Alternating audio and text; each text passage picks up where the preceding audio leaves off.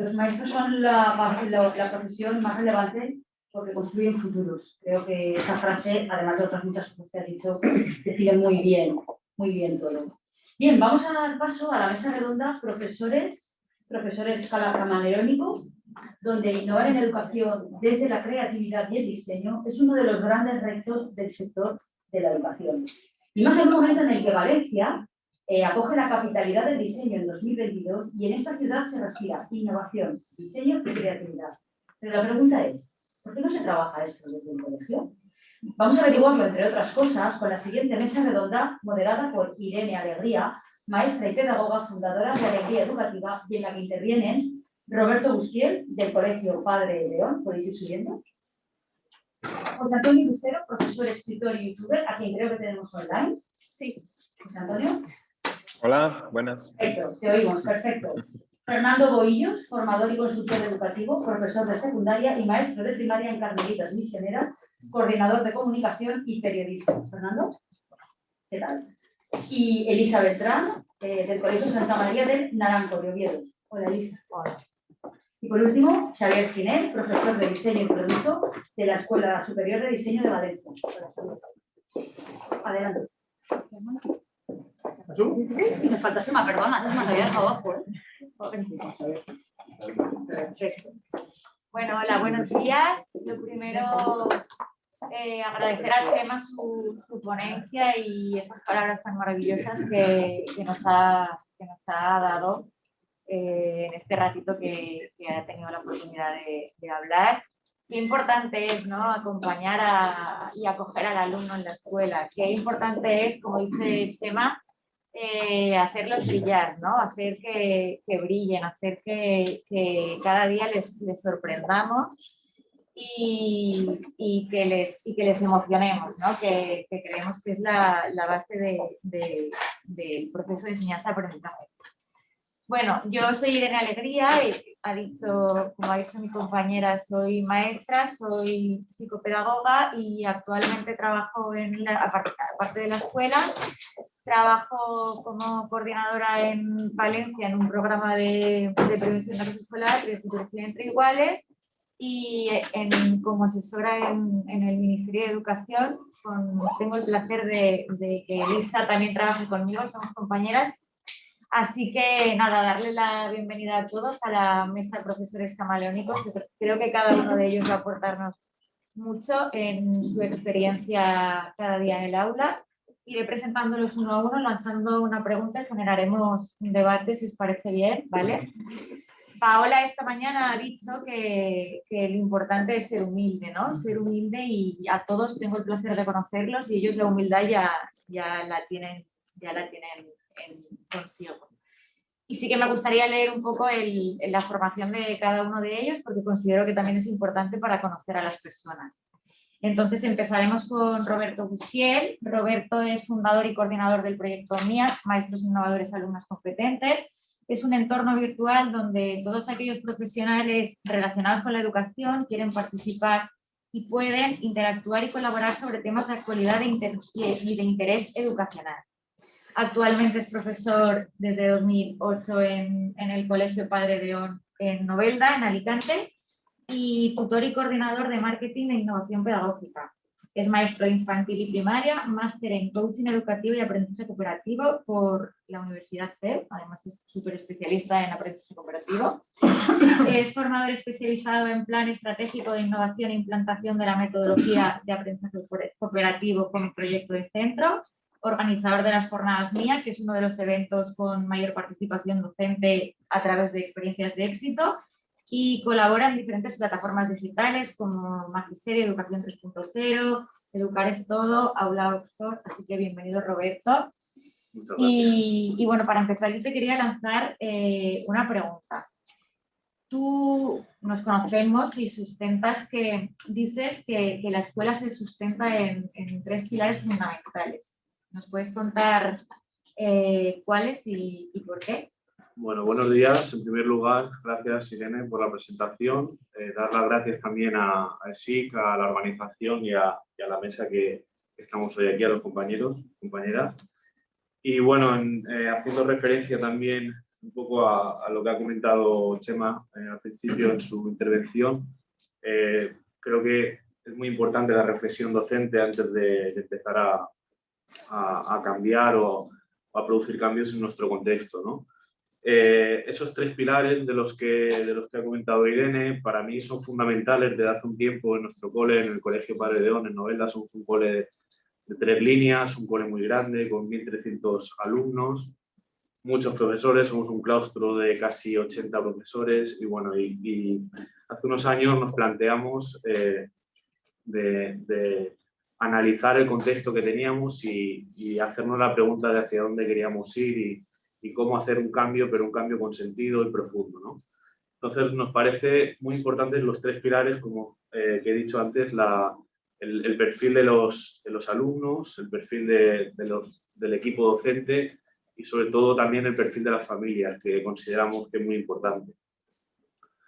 Estos 3 pilares que fundamentan nuestro centro y bueno, creo que toda la educación, en cuanto al alumnado, en primer lugar, decir que pensamos que nuestros alumnos deben ser los protagonistas de su aprendizaje. Tenemos que educarles en autonomía, en responsabilidad, en habilidades sociales.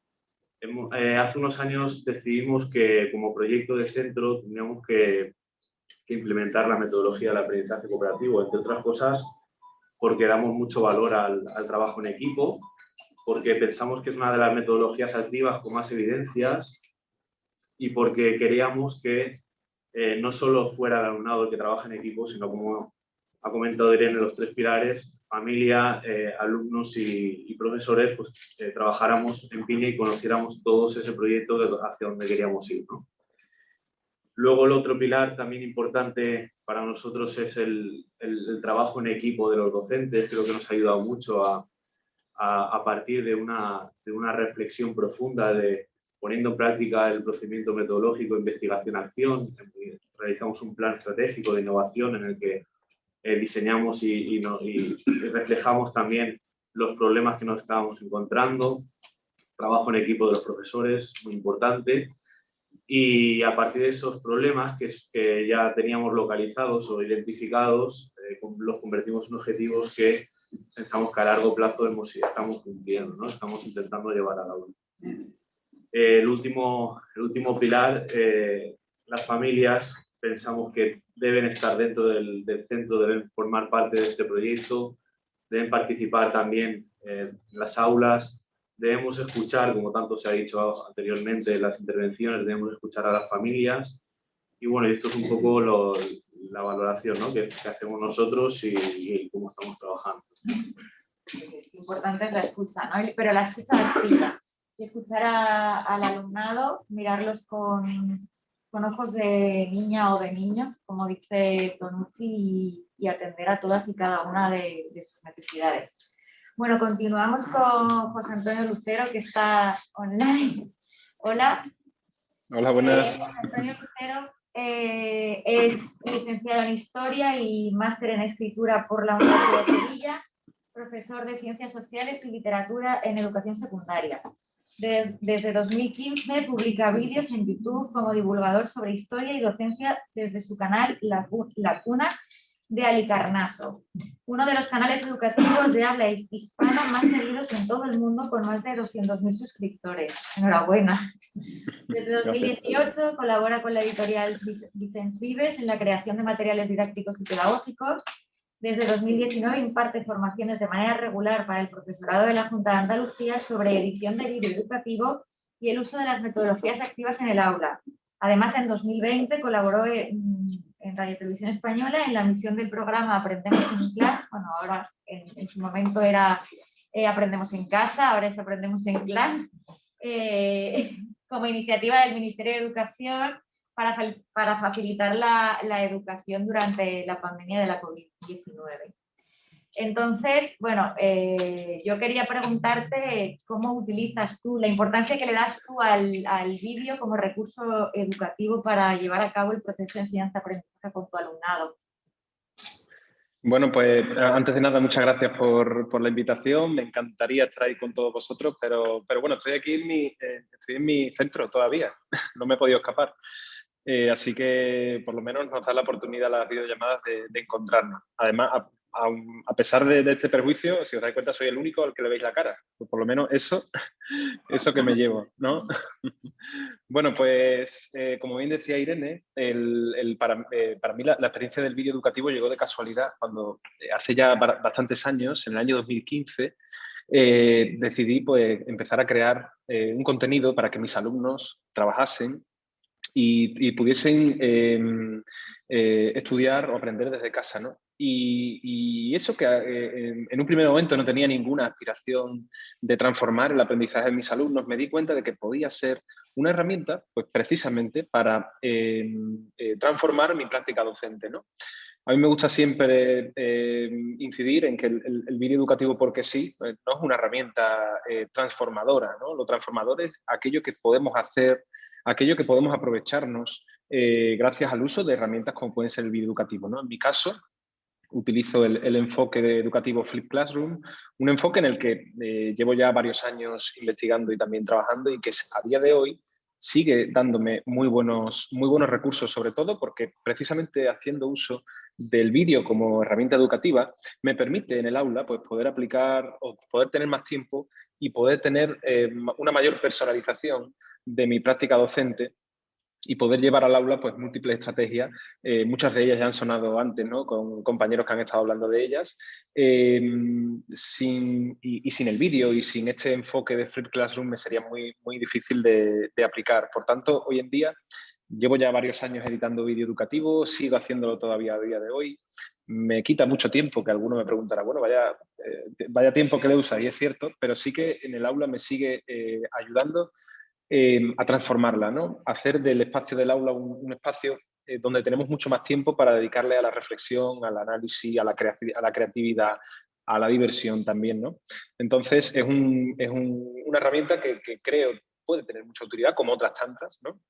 Y sobre todo en un contexto de pandemia, como bien has indicado antes, ha ganado especial relevancia. Y yo creo que es importante también tenerlo en cuenta pues, desde el punto de vista de poder tener una mayor flexibilidad en escenarios de semipresencialidad, ¿no? Entonces, es una herramienta más que a mí, en mi caso, educativamente me sigue funcionando y sobre todo si lo enlazamos con enfoques que propongan cambiar el orden natural de una clase o propongan cambiar estrategias de aprendizaje. Pues muchas gracias. Gracias. Luego estás aquí con nosotros, ¿vale? Cuando generemos el debate.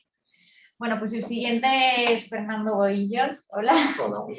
Él es profesor de Ciencias Sociales en el Colegio San Josep de Carmelitas Misioneras en Barcelona, licenciado en Comunicación y graduado en Educación Primaria con especialidad en Literatura y Creatividad, máster en Liderazgo y Dirección de Centros Educativos y doctorando de la Universidad de La Rioja.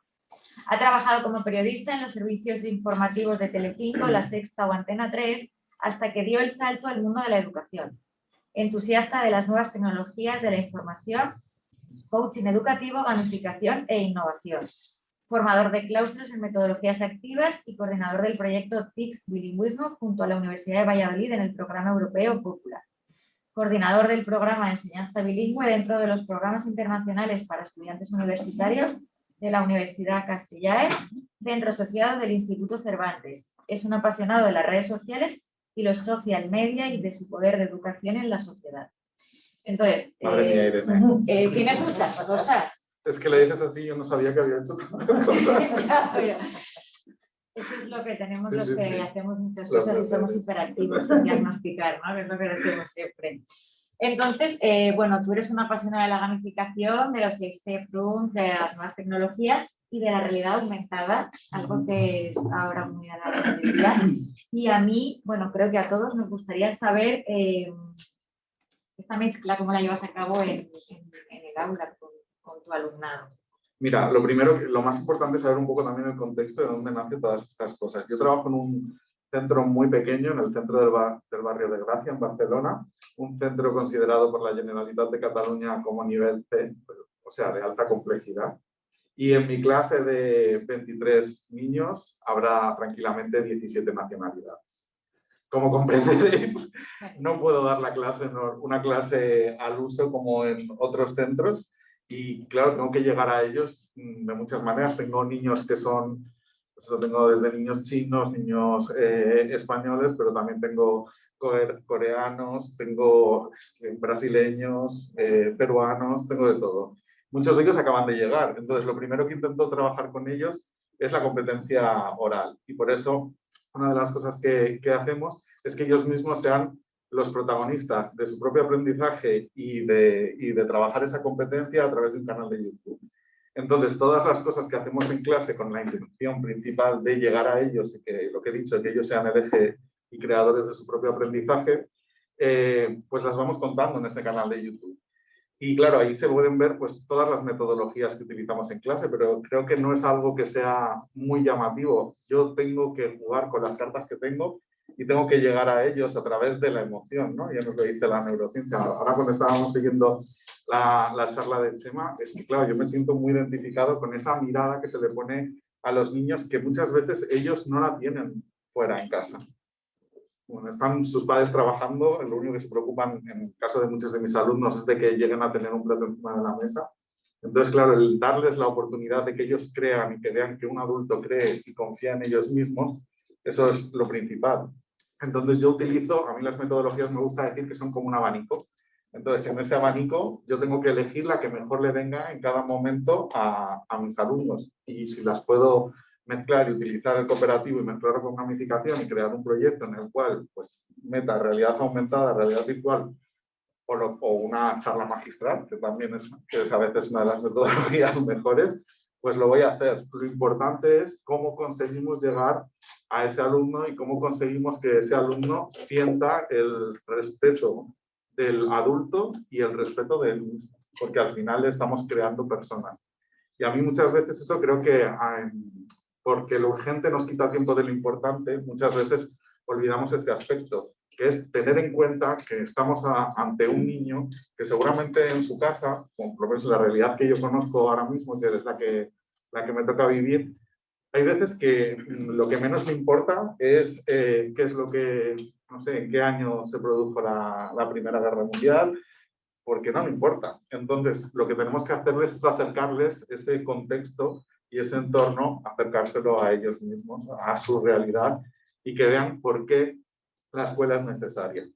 Crear un entorno seguro, claro, ya lo han dicho todos, lo hemos estado oyendo toda la mañana, ¿no? Claro que pretendemos que sean felices, pero sobre todo yo lo que quiero es que se sientan seguros y que crean y que conozcan sus capacidades y potencialidades.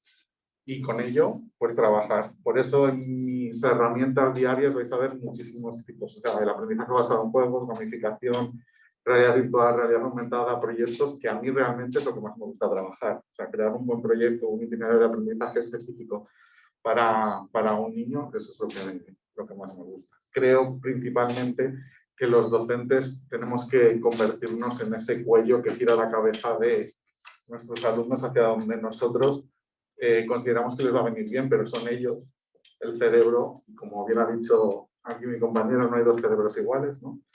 Así que hay que potenciar. Bueno, pues nada, vemos que utilizas la tecnología habitualmente y deja latente, ¿no? que la tecnología ha venido para quedarse, pero bueno, la tecnología y la emoción deben de ir de la mano y creo que Elisa ahora nos contará un poco acerca de ello, pero ahora te presentaré. Y como decía Chema, ¿no? La importancia del contexto, no es lo mismo el centro en el que trabaja Fernando que en el que trabaja Roberto, ¿no? Hay que saber contextualizar y bueno, saber el alumnado que tenemos delante y las necesidades que tienen. O sea, que eso sí que es muy importante a la hora de atender a nuestro alumnado. Muchísimas gracias. Bueno, pues dinos cómo se llama el canal YouTube, ¿no? Para que todos conozcan No, el canal YouTube de tu alumnado. No, es mi canal de YouTube porque tenía que haber una figura física y ellos han firmado todos los Sí, la permisos. autorización, pero... Nada, mi nombre es muy original, Fernando. Vale, pues nada, lo podéis seguir y así conocéis cómo trabaja su alumnado, que mola mucho. Bueno, pues la siguiente es Elisa. Elisa Beltrán viene de Oviedo. Ella es maestra en educación primaria con la especialidad de educación especial. Lleva muchos años ejerciendo su labor como docente. Es que me había puesto el número, pero luego dije, no, que te hace muy mayor, no se lo voy a decir, porque es joven. Además, este curso lo compagina el trabajo de maestra con la colaboración en el Ministerio de Educación, elaborando las propuestas educativas para el programa Aprendemos en Clan, desde el Instituto Nacional de Tecnologías Educativas y Formación del Profesorado, que es en lo que trabajamos juntas. Elisa, además, es una apasionada de las nuevas tecnologías.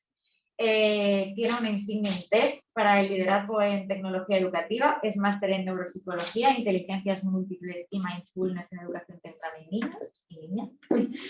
Se define como maestra de corazón y hackeadora del sistema educativo, ya que cree que el cambio en las escuelas es posible si creemos en él, es necesario y posible. Está situada entre los 10 mejores docentes de España por los premios Educabanca en el año 2018 en la categoría de educación primaria y es especialista en educación emocional con la certificación de la Asociación Española de Educación Emocional. Y Elisa es muy tecnológica y emocional, así que adelante, cuéntanos por qué la necesidad que tenemos ahora, ¿no?, de abrazar la tecnología en las aulas y acompañar, lo que estábamos hablando, ¿no?, el proceso de acompañamiento tanto al alumnado como a las familias en el día a día del uso de las tecnologías, ¿no? Muy bien, pues muchas gracias, Irene. Me pasa un poco como a Fernando, ¿no? Te impresiona al final cuando te cuentan todas estas cosas en las que estás inmersa.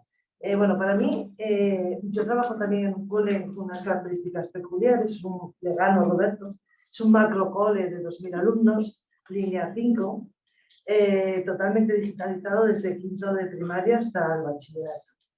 Entonces, bueno, se intenta un poco trabajar pues, todo lo que es la competencia digital del alumnado, porque nos parece que es algo importante de cara a vivir en sociedad y sobre todo a saber diferenciar, que ahora mismo lo tenemos con mucha problemática las redes sociales con los niños y las niñas, ¿no? Y los adolescentes más, que al final se creen todo lo que ven en las redes sociales, entonces al final el uso de la tecnología también nos ayuda a generar ese pensamiento crítico y que les ayude pues, a saber qué puede ser positivo para ellos en las redes sociales y qué no.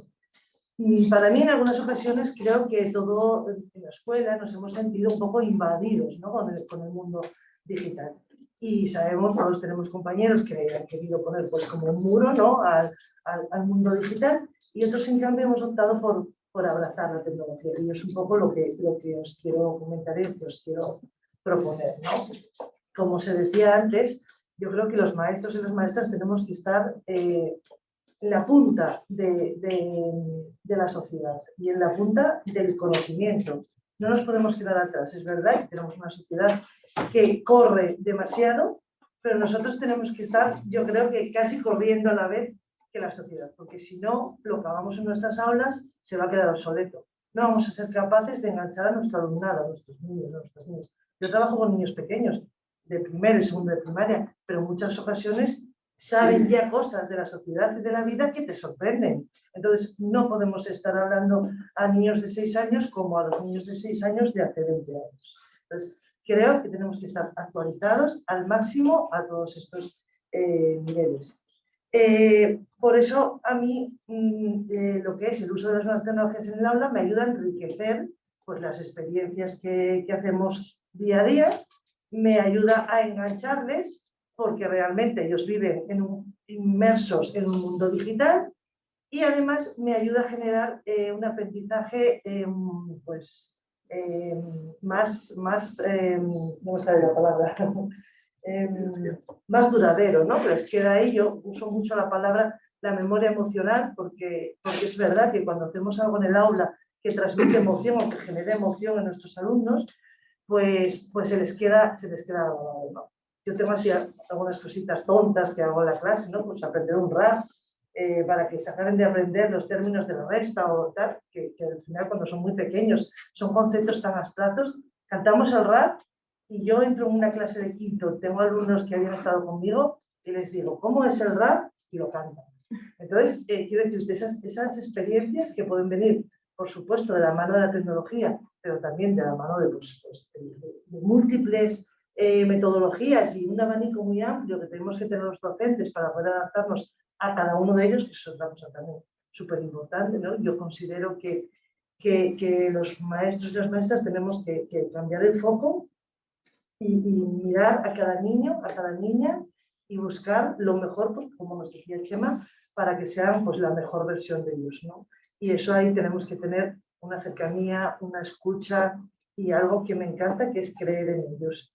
Cuando un niño o una niña sabe que su profe cree en él, florece de una forma maravillosa. Entonces, bueno, eso es un poco la base. Bueno, aquí me hablan también, les gusta mucho pues herramientas que uso como Genially o Genially, pues que para mí ha sido en el confinamiento una herramienta maravillosa para contactar con los niños, para emocionar, para generar retos, para generar sorpresa. Pues por ejemplo, pues al principio cuando fuimos todos así tan precipitados, pues el primer Genially que salió pues fue un vídeo de su profe, evidentemente, ¿no?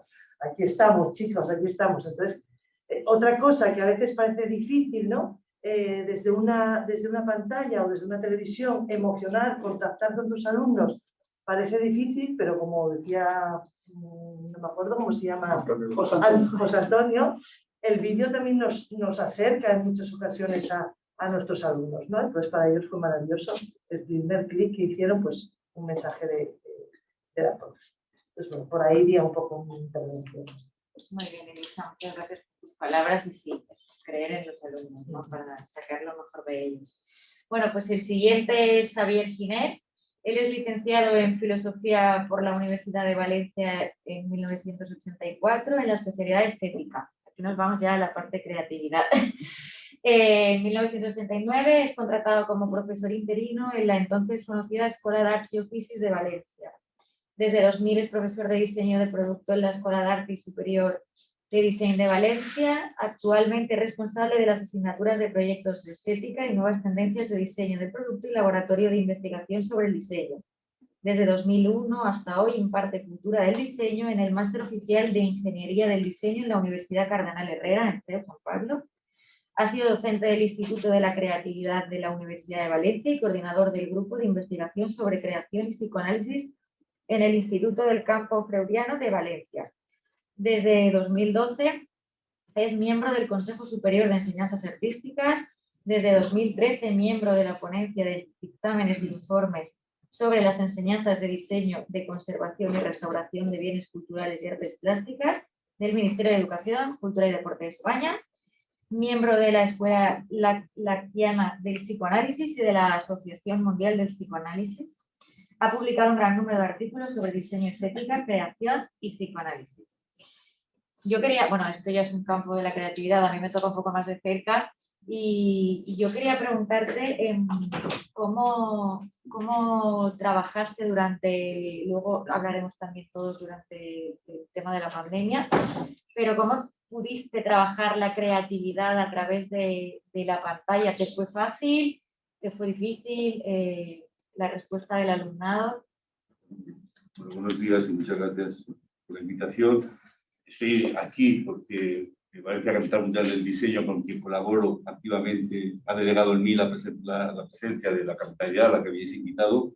En ese sentido, no hablo solo a nombre propio, aunque voy a hablar a nombre propio y lo que diga responsabilidad mía, estudiante, pero es cierto que estoy aquí porque para Valencia Capital Mundial del Diseño la formación es fundamental y es una de las áreas en las que estamos trabajando, y yo coordino ese área dentro del staff de Valencia Capital Mundial del Diseño. Entonces, en primer lugar, muchas gracias por contar con nosotros. Ya respondo a la pregunta.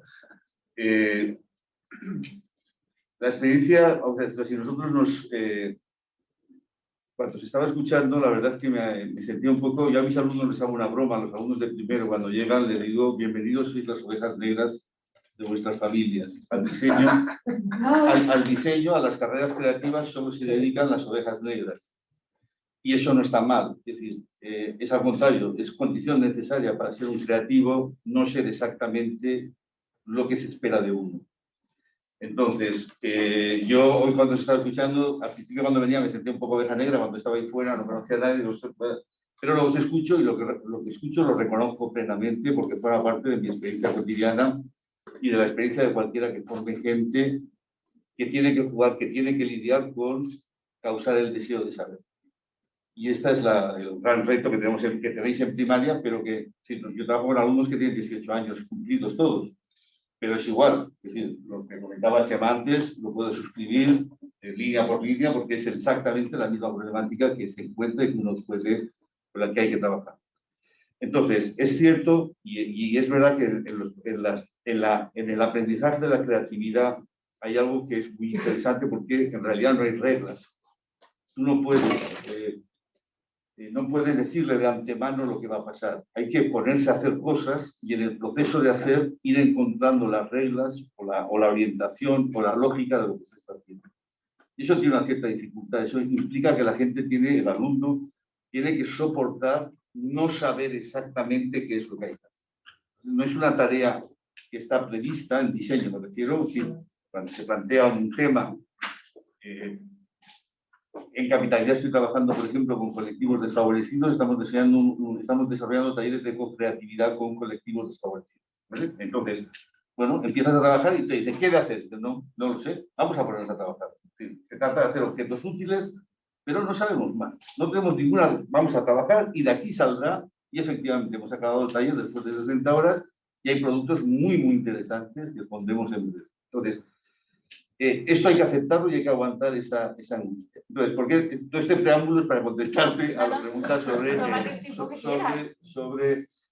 entonces, aquí la dimensión corporal, la dimensión cuerpo a cuerpo es muy importante. La presencia física, la mirada, el gesto, eso es muy importante para sostener los momentos de vacío, de no saber. De la pantalla, nosotros la hemos usado, ha funcionado, sí, pero no es lo mismo. Es decir, yo en cuanto pueda y en cuanto hemos podido, hemos vuelto al aula porque es verdad que los resultados, se obtienen resultados, sí, podríamos aguantar un tiempo, se puede aguantar, pero es verdad que la presencia física, el trabajo en el aula, el cuerpo a cuerpo, da mucho más resultados, más rápidamente que la pantalla. Yo tengo la sensación, yo soy un enamorado de las tecnologías y creo profundamente en ellas.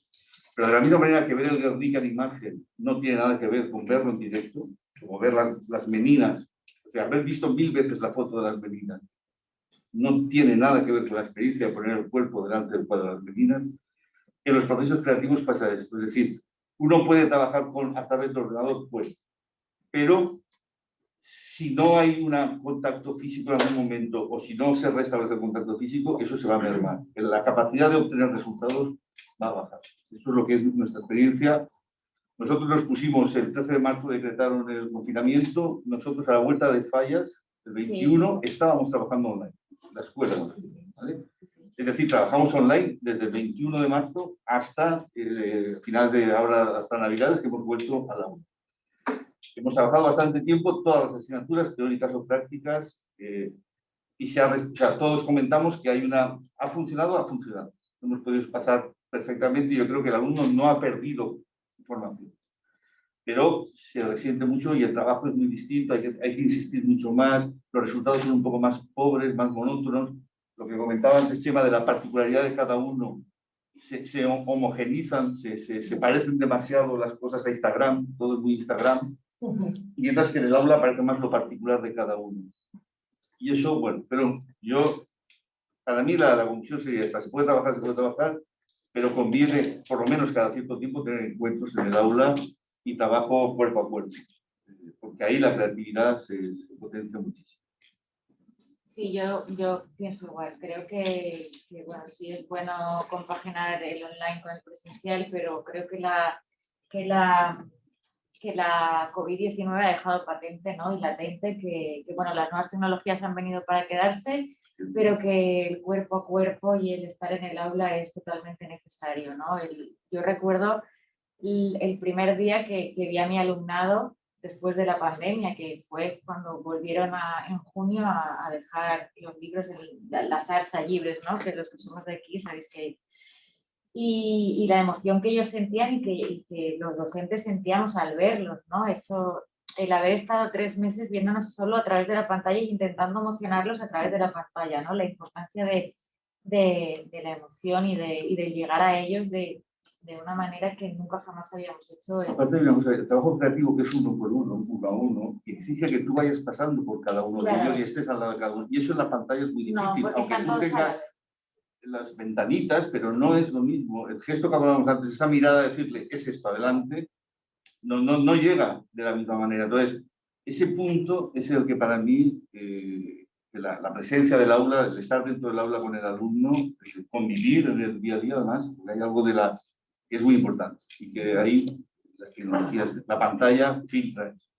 Sí, ha venido, pero necesitamos, ¿no? el tocarnos, ¿no? Somos personas que bueno, el estar en el aula con el alumnado, pues es siempre para nosotros mucho mejor. Y bueno, Chema, si quieres aportar algo más. Bueno, a lo de Xavier, yo creo que una propuesta interesante, ¿no?, es la multisensorialidad que te ofrece lo presencial, ¿no? O sea, no solo combinas los elementos visuales y auditivos, combinas elementos táctiles, olfativos, generas un ecosistema que es muy difícil de gestionar en los entornos online, ¿no? Y luego, además, evolutivamente y culturalmente somos una cultura mediterránea. Estamos acostumbrados a compartir, a hablar, a expresarnos, ¿no? Y eso lo coarta mucho la parte digital. Yo sí que veo una oportunidad muy interesante de reflexionar en torno a dos temáticas que creo que es importante. Si la escuela tiene que ser siempre 100% sincrónica, todo el mundo tiene que hacer lo mismo al mismo ritmo en el mismo sitio. Esto es algo que es una pregunta fantástica hacernos. Y otra es el término de la sincronía versus la sincronía, y otro sería lo presencial y lo virtual, ¿no? Es decir, cómo puedo combinar estos 4 elementos para generar nuevas experiencias, ¿no?, de aula y romper con el concepto del status quo de clase, de sesiones de 50 minutos compartimentalizadas. Yo creo que aquí hay una oportunidad nueva de repensar el horario escolar, repensar las prácticas, repensar los diseños de las unidades didácticas, ¿no? Yo creo que las asignaturas. Las asignaturas, ¿no?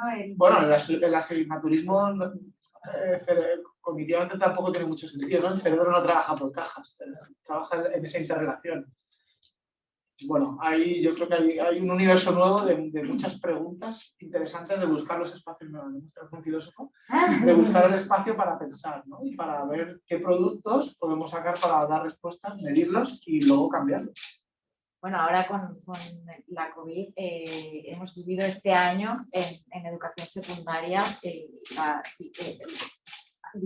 educación online y educación presencial, por lo menos aquí 3 días iban a clase y 2 días... Claro, pero la dificultad de esto ha sido que en la mente colectiva ha sido replicar el modelo de lo presencial en el online. Sí, eso no funciona, sí, porque los códigos son distintos. Claro, es totalmente diferente y es lo que tenemos que replantearnos, ¿no? Que, bueno, habrá un poco turno de debate a qué pensáis. O sea, también quería deciros, José Antonio, no me olvido de ti, ¿eh? Tranquila, estoy por aquí. Te doy turno de palabra, pero bueno, quería también saber, cuando se os dijo el nombre de la mesa, ¿no?, profesores camaleónicos, ¿qué os sugirió? ¿Qué pensasteis? Que, bueno, creo que todos sois camaleones, a lo que yo entiendo como camaleón, y sabéis adaptaros, y todos los maestros hemos sabido, o todos los docentes, adaptarnos a las circunstancias que nos han venido, además en un tiempo récord. Pero bueno, quiero saber a vosotros qué os sugiere el título de la mesa en la que estamos ahora participando. Pues mira, José Antonio, Venga, empiezo yo. Venga, va. Bueno, pues mirad, curiosamente yo vivo en Cádiz y aquí es tierra de camaleones. Aquí hay un montón de camaleones. Los camaleones son animales muy cambiantes, pero muy prudentes. O sea, cuando tú los ves a los camaleones caminar por las ramas, van muy lento y cada pata que ponen lo piensan mucho, ¿no? Entonces yo creo que nosotros, o sea, mis compañeros que están ahí también, y yo me incluyo, somos camaleónicos, pero también con tener la oportunidad o ser profesores camaleónicos también implica tener mucha prudencia en aplicar los cambios con mucha reflexión, ¿no? No se trata de cambiar de color como hace un camaleón porque sí. De hecho, el camaleón cambia de color de manera muy, muy prudente, ¿no?, como decía. Entonces, bueno, me gustó mucho el usar ese adjetivo porque yo creo que realmente los cambios que podamos proponer en el aula tienen que ser con mucha reflexión, con mucho estudio, con mucha capacidad de tener en cuenta la responsabilidad que supone el tener en nuestras manos el aprendizaje de tantos niños y tantos jóvenes, ¿no? Entonces, creo que esos cambios que podamos producir, o sobre todo en una sociedad cambiante como es ahora, no pueden ser con fuegos de artificio, como decía antes Chema, ¿no? Sino tienen que ser muy reflexivos, muy pensados, muy estudiados y sobre todo pues, teniendo en cuenta todas las variables y todas las oportunidades que tenemos y quiénes son nuestros alumnos, ¿no? Que si los cambios que le vamos a proponer son adecuados o no en el contexto que también hablaba Chema. Así que el ejemplo de Camaleónico venía al pelo. Muchas gracias. Vosotros, si queréis... Pues mira, a mí también me gustó, pero sobre todo me gustó porque yo creo que ser camaleónico en un docente debería de estar en el ADN. Es decir, yo no creo que tengamos que ser camaleónicos ahora por el COVID, sino que tenemos que ser camaleónicos todos los días. ¿Por qué? Porque nosotros tenemos 25 cerebros diferentes en nuestras aulas, 25 formas de aprender diferentes en nuestras aulas. Entonces, si no somos capaces de adaptarnos a esas situaciones y damos algo que se habla mucho, café para todos, pues al final ese aprendizaje a muchos no les va a llegar. Entonces, yo creo que esa es la finalidad de adaptarte a lo que necesitan esos alumnos, de engancharles, de traerles a tu terreno, de que aprendan y a que le tengas que enseñar pues, de una manera más manipulativa o más visual, pues que seas consciente de que ese niño aprende así, o ya si nos metemos en el ámbito de las necesidades educativas especiales y la inclusión, pues mucho más, que mi cole también es un cole con estas características y en casi todas las aulas tenemos algún niño TEA, TEL, algún síndrome de Down, entonces en ese momento todavía es más importante adaptarse a eso. Y a veces hay una doble, esto se ve como con dos versiones diferentes, ¿no? Los profes que te dicen, ¿cómo me voy a adaptar a 25? Entonces no hago nada. No. Pero al final, son 25 diferentes, pero tú después sabes cómo los puedes agrupar, ¿no? Este grupito funciona muy bien así, les puedo dar este tipo de trabajo. Bueno, y hay también la necesidad de la bajada de ratio. Claro, bueno, también, pero como eso ya me parece como algo surrealista, pues yo los agrupo por afinidades y por forma de trabajar y otras veces por grupos de expertos, o sea, utilizando diferentes técnicas, pero que al final tienes un grupito al que tienes que estar más atento, otro va un poco más solos, entonces eso creo que es lo que es ser camaleónico, adaptarte a lo que tengas en el aula. Todos los días y todos los años y sin virus. Y sin virus. Con virus ya, bueno. La verdad es que para la experiencia creativa, lo que es la formación de diseño, el aplicativo de camaleónico era excelente porque te tienes que adaptar al color del alumno. Es decir, tú tomas el color del alumno y con él vas más allá. Pero si no partes de eso, no haces nada. Es decir, la creatividad es un proceso que viene de dentro hacia afuera, no es algo que viene de... No toma de fuera una... Entonces, en ese sentido, yo creo que estoy completamente de acuerdo que el buen nombre del maestro es camaleón. Prudente, porque es cierto que para mí es muy importante y en diseño eso es necesario, que es reflexionar sobre lo hecho. Es decir, tú haces y en un segundo tiempo reflexionas sobre lo que has hecho porque ahí obtienes pistas que te orientan sobre lo que vas a seguir haciendo, ¿no? El proceso creativo es un proceso como de dar vueltas alrededor de algo, pero al mismo tiempo vas avanzando con una especie de torbellino, entonces, y eso pasa por reflexionar sobre lo que se hace. Yo, cuando ha dicho el compañero Prudente, lo he tomado de este lado, es decir, el cambio es nuestro leitmotiv, nuestro ADN, la reflexión sobre lo que hacemos es condición para ser camaleón Prudente, me parece. Y yo, ese doble tiempo de acción, de actuar, pero luego tomar lo que has hecho y con los alumnos reflexionar, decir, bueno, vale. Por ejemplo, siempre hay impases en el proceso creativo, momentos de detención de no sé, ¿vale? Es que es condición del proceso. Tomémoslo, pongámoslo a trabajar, vamos a ponerlo a trabajar y de ahí salimos. Y por ahí, o sea, se sale poniéndolo a trabajar, no diciéndole, haz esto, o que es... Claro. ¿vale? Pero yo creo que en ese sentido, camaleones prudentes me parece una excelente conclusión. Pero fíjate que aún así estamos, todos los que estamos en esta sala y los que están en sus casas estaban diciendo, ahora están hablando de la prudencia, Fernando hace un rato estaba hablando de ser disruptivos, ¿sabes? ¿No? O sea, hay que ser... Pues esto forma parte de para mí, lo de ser camaleón. Quiero decir, que tú puedas saber que tú tengas un buen proceso metacognitivo, tanto tuyo de tu labor docente como con los alumnos, pero que también te sepas arriesgar, que también sepas hacer cosas diferentes, porque el movimiento, si no hay un cambio, al final, yo lo veo así, por lo menos. Y yo quería responder un poco a la cuestión de lo sincrónico del aula, porque nosotros hemos hecho experiencias que han funcionado extraordinariamente bien, de juntar alumnos de distintos niveles de formación creativa, es decir, lo que llamamos alumnos de cuarto, que son los que ya son casi diseñadores, con alumnos de primero, que son gente que acaba de entrar y que lo tiene. Funciona extraordinariamente bien para los de cuarto y para los de primero. Es decir, se enriquecen mutuamente ambos. El hecho de que hay uno que mira lo que hacen los mayores, que dicen ellos, funciona muy bien, pero es que además el hecho de explicar a los pequeños lo que hacen les da mucha más madurez de lo que hacen. Es decir, o sea, la paradoja nuestra, porque lo hicimos un poco para probar, es que aprenden tanto los que ya saben como los que no saben. Ambos dos se enriquecen de esa experiencia. Y yo es algo, es verdad que el sistema no lo permite, que la cuestión un poco de organización académica es un poco compleja, pero en aquellos espacios en los que hemos podido hacerlo, lo hacemos. Proyectos, por ejemplo, las ayudas de proyectos, y funciona muy bien. Ahí voy yo a lo de hackear el sistema, es decir, Sí, no podemos dejarnos tampoco amoldados, como decía también, ¿no? A un sistema que muchas ocasiones es cerrado, que no respeta los tiempos de los niños, que ahí también va un poco eso, ¿no? Si al final todos tienen que hacer todo en el mismo momento, aprender a leer, yo pongo un ejemplo muchas veces, en diciembre ya todos tienen que saber leer. ¿Por qué? En diciembre. Y algunos habrán aprendido en octubre y otros aprenderán en febrero. Pero esa fijación de que todo en el mismo momento, todo es la misma ficha, todas las mismas sumas, me parece una cosa, es que hay que respetar muchísimo a los niños. Y claro, tenemos que ir contra el sistema. Sí que hay, sí, vamos, yo considero que sí que hay estudios, hay evidencias que muestran que sí que se puede trabajar con el sistema que tenemos, adaptándonos a esas necesidades. No sé si conocéis Grupo Actitudes. Oscar Casado ha hecho una investigación con el programa MITA, donde hay unos planificadores que, porque nuestro alumnado no sabemos si realmente está preparado para afrontar una metodología activa cuando viene de un método tradicional, ¿no?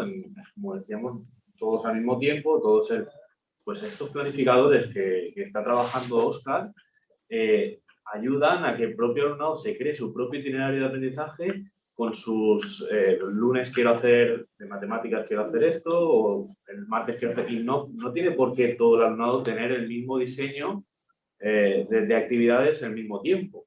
Eso que nosotros hemos empezado a trabajarlo y nos hemos dado cuenta que es complicado. Hay compañeros que, bueno, esto, qué locura, ahora el otro tengo que corregir, pero sí que nos hemos dado cuenta que estás trabajando de forma brutal la responsabilidad y la autonomía del alumno para que tú puedas acompañar, guiar, acercar y observar las dificultades que tienes, parar si ves que algo no está funcionando bien, o puedes parar y explicar, pero en base a la necesidad. No tiene por qué todos los días ser vamos a explicar hoy este punto, vamos a trabajar estos ejercicios, bien en equipo, individual o en parejas. Esto cambia totalmente el concepto ¿no? Al final, cada uno tiene su ritmo de aprendizaje, saben que tienen ese tiempo, incluso saben que si en clase ese día no han cumplido con la tarea, les das la oportunidad para que lo puedan marcar y trabajarlo en casa, o si no lo trabajan en casa, les das la oportunidad para marcarlo y que el día siguiente lo puedan trabajar. O sea, al final, sobre todo el tema de la evaluación, que también lo incluye, ese proceso tiene que estar evaluado, no solo evaluar o calificar al final lo que ha aprendido, ¿no? Durante todo ese proceso tiene su rúbrica de evaluación en la que va marcando si todas las tareas que se había planteado las ha cumplido con ellas, si se ha corregido bien, si no. Al final yo creo que esa autonomía, esa responsabilidad nos da mucho espacio para que puedan ellos trabajar por sí solos y nosotros ser ese profesor camaleónico, ¿no? Que está acompañando, guiando y observando las dificultades que tenemos, que muchas veces que no se observan cuando trabajamos de forma global en la clase, ¿no? Cuando hay una explicación general o trabajamos todos al mismo tiempo, porque los ritmos son totalmente distintos, cada uno lleva su ritmo de aprendizaje. De esta manera atendemos también esto, que es una necesidad importante. Bueno, hay un sistema en España que se da en el País Vasco, que es el sistema Maraberry, no sé si lo conocéis, ellos están separados por ciclos, no están separados por edades, de primero a segundo, y tienen un itinerario de aprendizaje. Los niños son totalmente autónomos, se estimula que lo que se trabaje sean habilidades y competencias, ¿no? Para hacer eso al alumno pues, competencial a la hora de salir bueno, él ya está socializando en el aula y en el cole, pero allí yo cuando fui a visitar una de las escuelas, pues tenían un mercado, todo era ficticio, ¿no? Era juego simbólico, pero tenían mercado, tenían una tienda de ropa, tenían un taller de costura y todo lo trabajaban a través de esas competencias y ahí de la creatividad, ¿no? De te doy y haz con lo que consideres con esto. No es lo mismo imaginar que crear. Yo te digo, imagina un coche y tú te imaginas un coche, ¿no? Y te digo, toma esto y crea un coche o le das unos materiales, ellos tienen que tener ese poder de saber cómo aplicar la creatividad que tienen dentro de ellos para poder hacer el producto final. Y el sistema Maraberry también pues, es lo que trabaja, ¿no? No separar a los niños por edades porque no todos aprenden con el mismo ritmo, ¿no? Y de la misma manera. Y el maestro está para guiarlos, para observar. Hay una evaluación a través de la observación muy intensa y yo, viendo lo que tenemos en las escuelas de aquí de Valencia, que ese sistema pues, no se trabaja, y viendo cómo estaba el alumnado allí, no hay color, ¿no? Es totalmente diferente y creo que todos aquí bueno, somos camaleones, nos hemos adaptado a todo y hacemos eso en el aula, ¿no? Yo el libro lo utilizo, pero lo utilizo muy poco y lo adapto lógicamente a mi alumnado y a mi contexto. Pero utilizo metodologías activas. Aquí, bueno, Roberto es de cooperativo, gamificación también, tú la creatividad, siempre está ahí con la neurociencia, pero bueno, es eso, ¿no? La necesidad que tenemos de adaptarnos a nuestro alumnado. Si queréis aportar algo, alguna experiencia, podéis aportar alguna experiencia. Una cosa, o sea, que todo este cambio implica también un proceso de introducir una palabra que es confianza. O sea, uno tiene que confiar en que el alumno es capaz. O sea, es capaz de autogobernarse, es capaz de tomar decisiones. Muchas veces las metodologías activas las llamamos activas, pero el alumno sigue siendo un mero reproductor de la experiencia que hemos generado, a lo mejor más atrayente, más estimulante, pero sigue siendo pasivo en la toma de decisiones, ¿no? Y hay experiencias, por ejemplo, las escuelas democráticas de Jacob Hedge, en el que son los estudiantes los que a través de metodologías democráticas votan las temáticas que quieren hacer. Esto, de alguna manera, tienes que abrazar la incertidumbre de lo que va a ocurrir y ser mucho más, adaptarte mucho más rápido a las necesidades que tiene el entorno, ¿no? Y que el propio alumno le generes el espacio de esa co-creación de lo que está ocurriendo, de ese proyecto que se está realizando. Muchas veces hacemos el proyecto, pero todos los pasos están perfectamente delimitados, estructurados, sí. El día tal vamos a hacer todo esto, y la vida es una incertidumbre, ¿no? Yo creo que a veces se abren y hay que ver cómo adaptas todo esto. Y como última reflexión, y yo ya dejo hablar, creo que las escuelas, muchas de ellas son como dojos de Cobra Kai. ¿Habéis visto Cobra Kai, no? Yo creo que la escuela tiene que ser el dojo del señor Miyagi. Tiene que ser una escuela lenta, que lo estábamos hablando antes. Yo primero empiezo dando cera y puliendo cera. Entiendo los valores, la importancia, miro al pasado, porque el dojo del Cobra Kai, que son muchas de estas escuelas, van al ritmo de los objetivos que hay que alcanzar sí o sí. Y me paso por delante lo que me tenga que pasar. Y vulnero los derechos del niño que me tenga que pasar. Sin embargo, Cobra Kai mima el bonsai, mima el desarrollo y lo incorpora a un proceso vital, ¿no? Que le va a acompañar durante todo ese tiempo. Entonces yo creo que este camaleón debe de mirar a esto, ¿no? Bueno, a veces la leyenda del puño yo creo que hay que plantearla, ¿no? Y la confianza exige del cambio del paradigma de los valores. Esto es otro de los grandes. Estamos cambiando el qué sin cambiar a veces el otro principio que estamos arriba. Eso te iba a decir, si crees que estamos adaptados para eso, si crees que el no, sistema... yo creo que no, yo creo que lo hablaban mucho, ¿no? Yo creo que la disrupción conlleva contracultura y contraintuición. Y la escuela tiene que ser contraintuitiva y contracultural, porque muchas veces estamos reproduciendo modelos para dar respuesta a las necesidades del entorno, por lo cual estás perpetuando los sistemas. Entonces aquí hay una pregunta de trasfondo muy grande y hay que plantearla. Estamos cambiando la metodología para en realidad dar lo mismo y hacer lo mismo y generar los mismos productos, pero hacerlo de manera diferente. A mí la pregunta es, ¿qué queremos conseguir y qué queremos hacer? Y esa es la cuestión real, ¿no? ¿El camaleón puede vivir en el Polo Norte o tiene que estar siempre en el Amazonas? En Cádiz, ahí se ha ido. Cádiz. Ah, no, estás aquí. Digo, es que te veíamos antes por ahí. Sí, ya están por aquí siempre. Sí, pero es que antes teníamos ahí la... te Estabas en otra veíamos. pantalla. Ya tenemos en otra pantalla, entonces me tengo que quitar.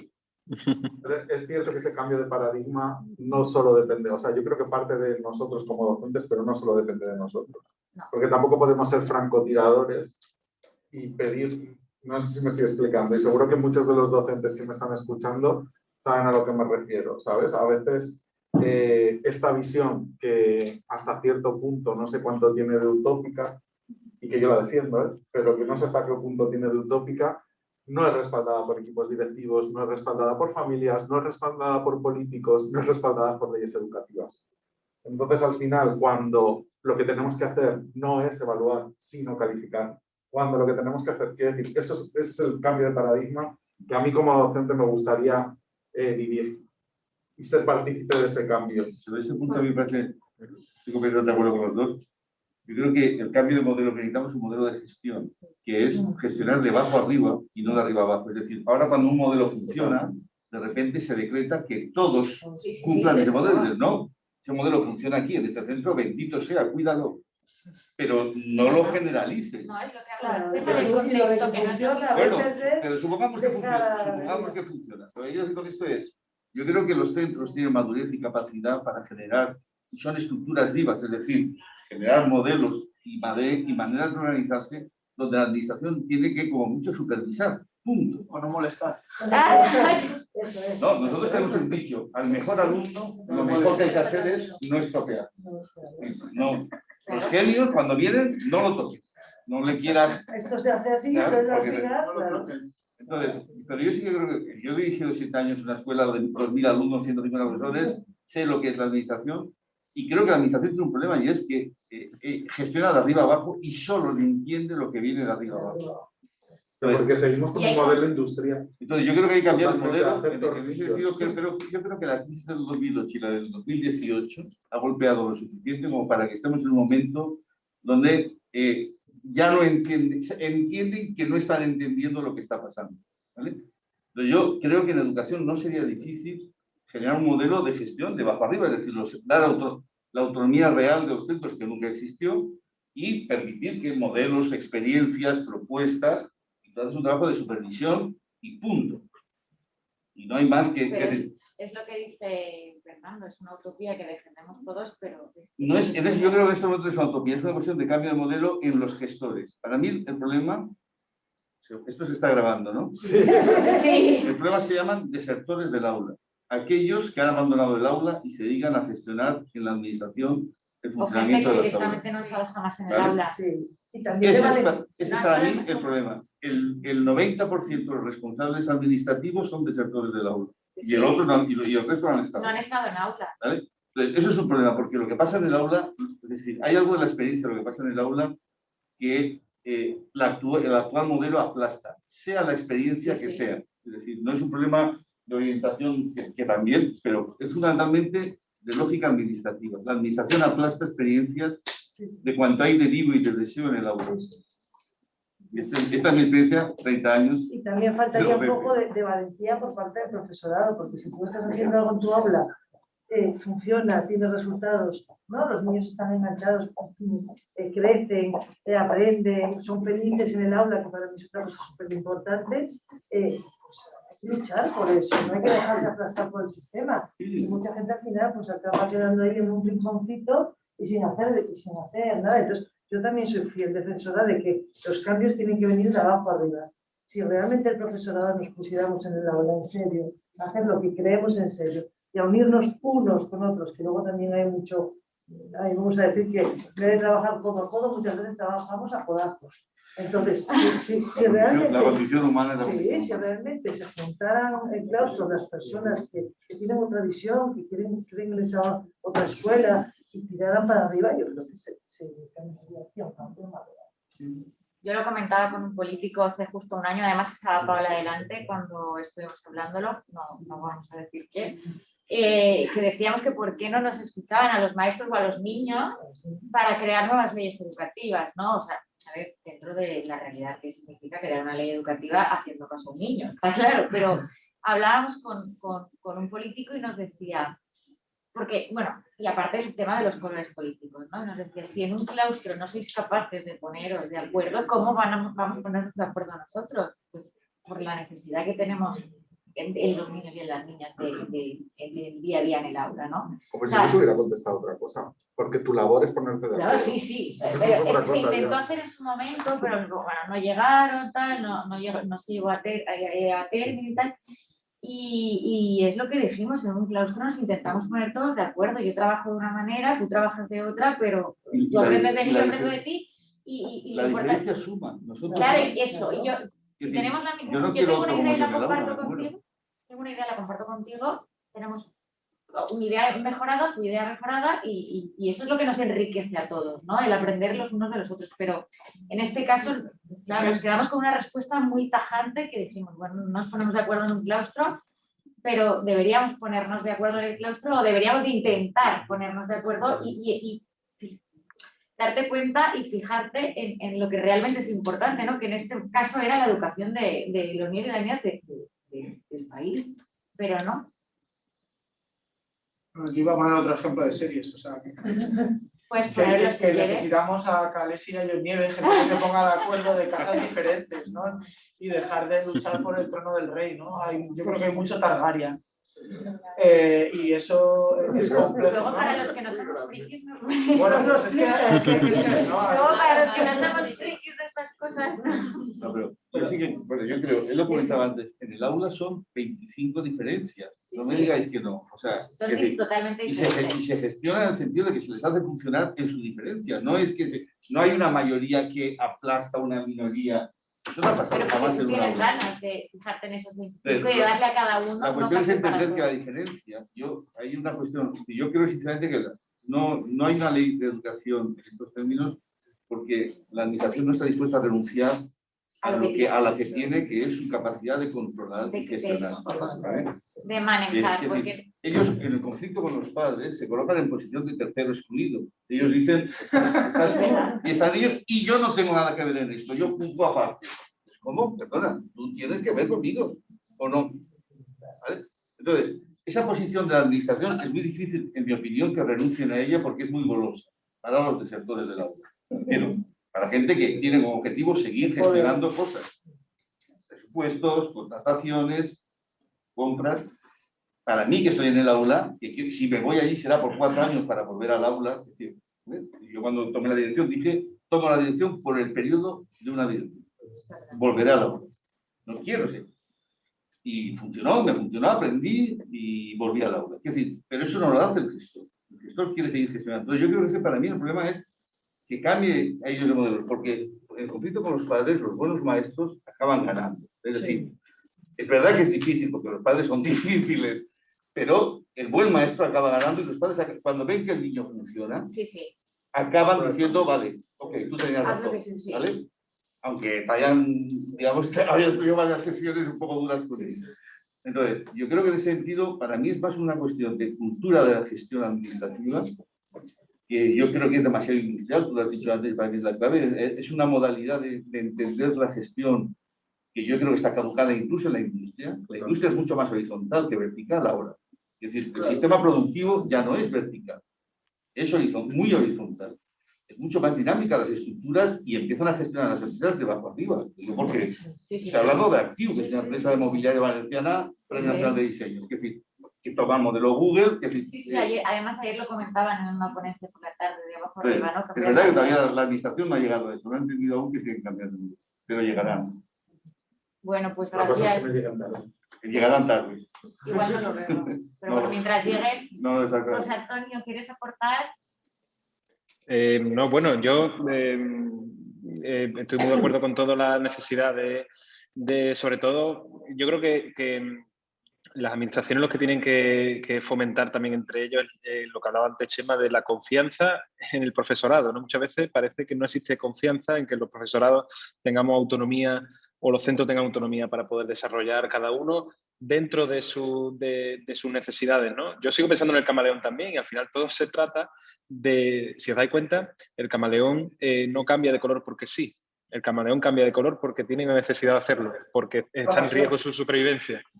Y yo creo que se trata de eso, ¿no? De adaptarnos, siendo conscientes de las necesidades que tenemos y sobre todo, desde la administración educativa, teniendo confianza en el profesorado.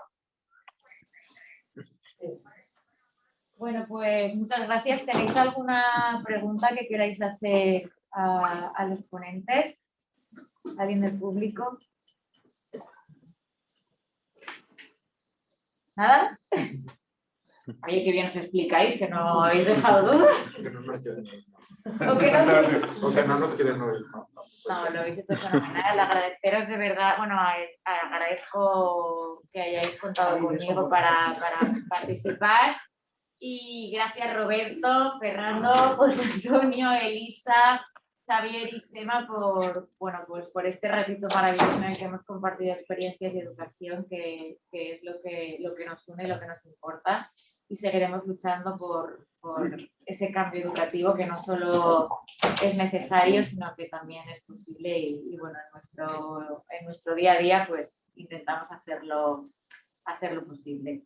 Así que bueno, pues muchas gracias. Muchas gracias.